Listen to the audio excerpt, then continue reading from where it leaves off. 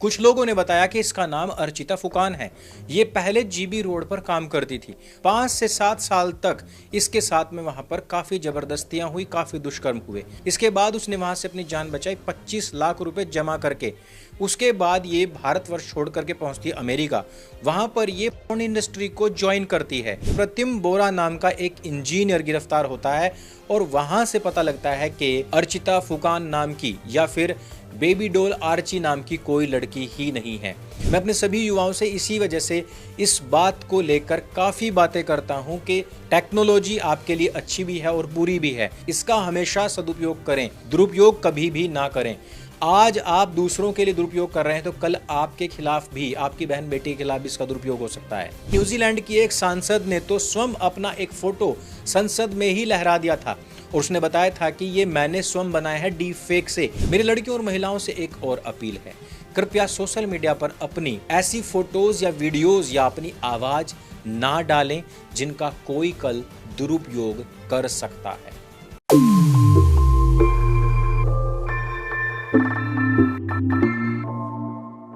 अभी कुछ दिनों से आप लोग सोशल मीडिया पर एक नाम सुन रहे होंगे, बेबी डॉल आर्ची का। इसके काफी सारे फोटोज वायरल हुए।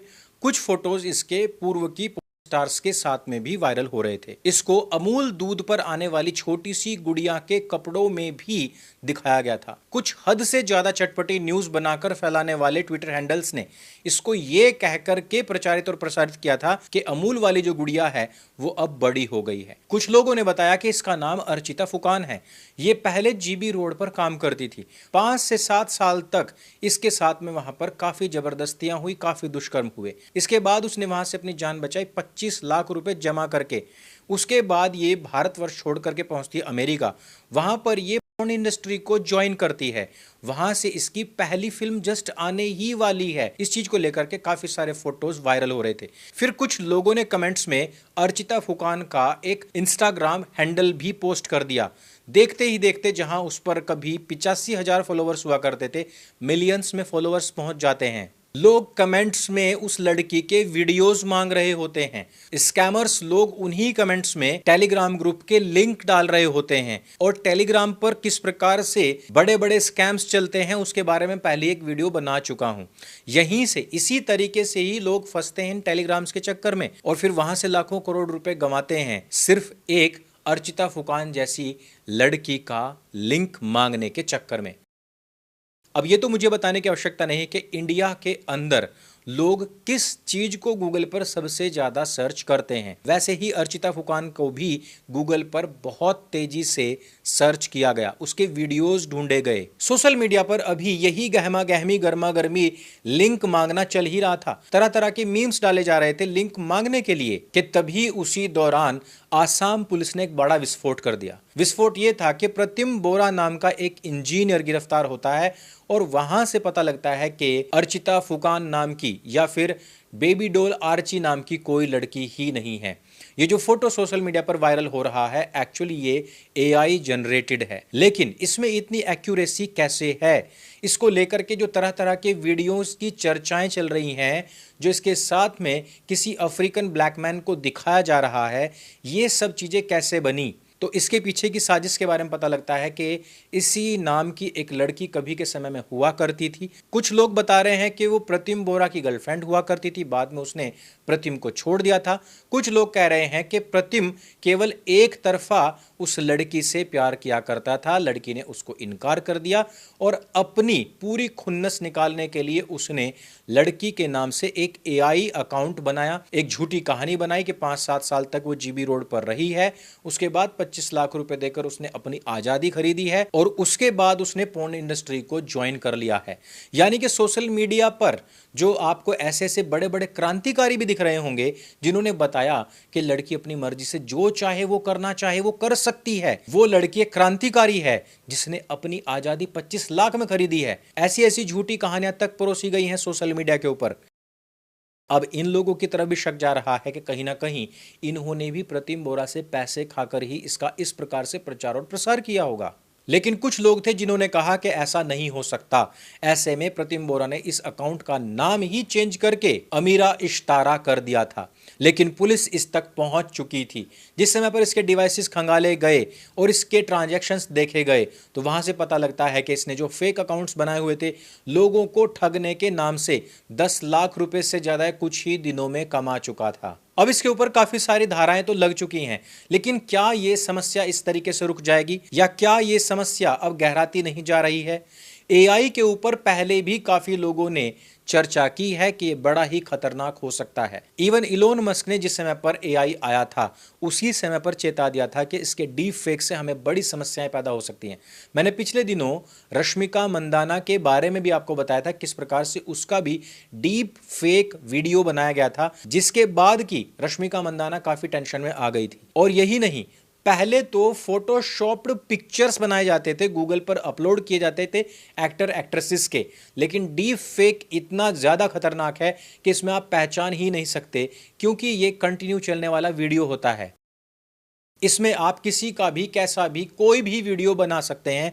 जस्ट उसके लिए क्या चाहिए, आपकी सोशल मीडिया प्रोफाइल पब्लिक होनी चाहिए, उससे आपकी आवाज़ को कॉपी कर लिया जाएगा, उससे आपके पिक्चर्स को, आपके एंगल्स को कॉपी कर लिया जाएगा, आपके जेस्चर को कॉपी कर लिया जाएगा, आपके बॉडी लैंग्वेज को कॉपी करके वो हूबहू आपके जैसा वीडियो बना सकता है। रश्मिका मंदाना का तो मैटर फिर भी थोड़ा सा पुराना हो गया, लेकिन न्यूजीलैंड की एक सांसद ने तो स्वयं अपना एक फोटो संसद में ही लहरा दिया था और उसने बताया था कि ये मैंने स्वयं बनाया है डीप फेक से। Everyone, so I just did something a little bit crazy and something I never thought I would actually do here in Parliament.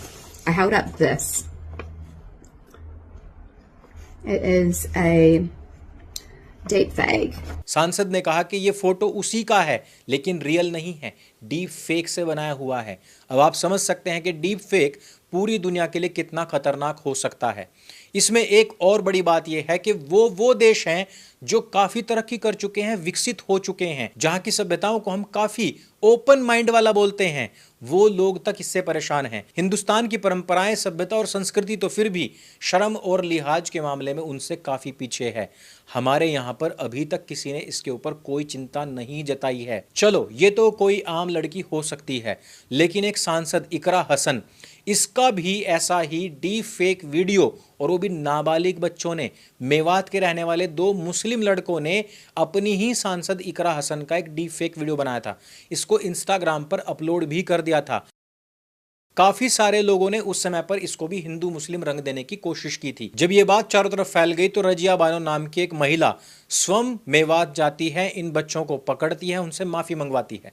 ये तो मैटर खैर मुसलमानों का आपसी था, लेकिन इस बात को आप गारंटी लिख करके ले सकते हैं, यदि इन 2 में से एक भी हिंदू होता तो ये मामला बहुत बड़ा बन सकता था। मैं अपने सभी युवाओं से इसी वजह से इस बात को लेकर काफी बातें करता हूं कि टेक्नोलॉजी आपके लिए अच्छी भी है और बुरी भी है। इसका हमेशा सदुपयोग करें, दुरुपयोग कभी भी ना करें।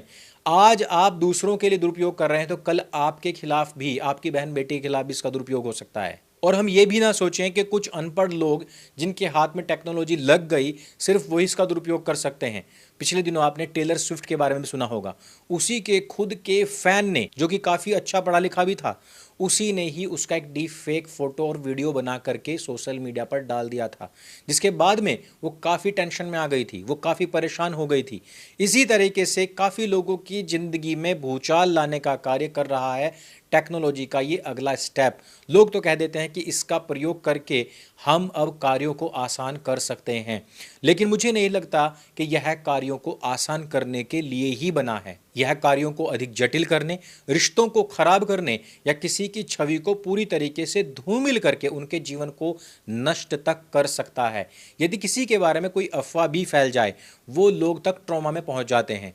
आप तो ये देखिए कि यहाँ पर एक सीधे साधे भले इंसान का कोई वीडियो ही वायरल हो जा रहा है, उसको काफ़ी सारे सोशल मीडिया के इन्फ्लुएंसर्स भी प्रचारित और प्रसारित कर रहे हैं, ये कह करके कि हाँ ये सच है, इसका वीडियो आने वाला है। लोग उसके लिंक मांग रहे हैं, दूसरे लोग उसको आज़ादी का पुरोधा बता रहे हैं, उसको महामहिम बता रहे हैं। ऐसे में युवाओं के ऊपर तो बहुत बुरा असर पड़ ही रहा है, लेकिन इसका सबसे आसान टारगेट केवल और केवल लड़कियां, महिलाएं हो रही हैं। मेरी लड़कियों और महिलाओं से एक और अपील है, कृपया सोशल मीडिया पर अपनी ऐसी फोटोज या वीडियोज या अपनी आवाज ना डालें जिनका कोई कल दुरुपयोग कर सकता है। इस वीडियो में सिर्फ इतना ही। अगर ये वीडियो आपको अच्छी लगती है, जानकारी से भरपूर लगती है, इसको सबके साथ में शेयर अवश्य करें। मेरे संग बोली सत्य सनातन वैदिक धर्म की जय। जय हिंद, वंदे मातरम।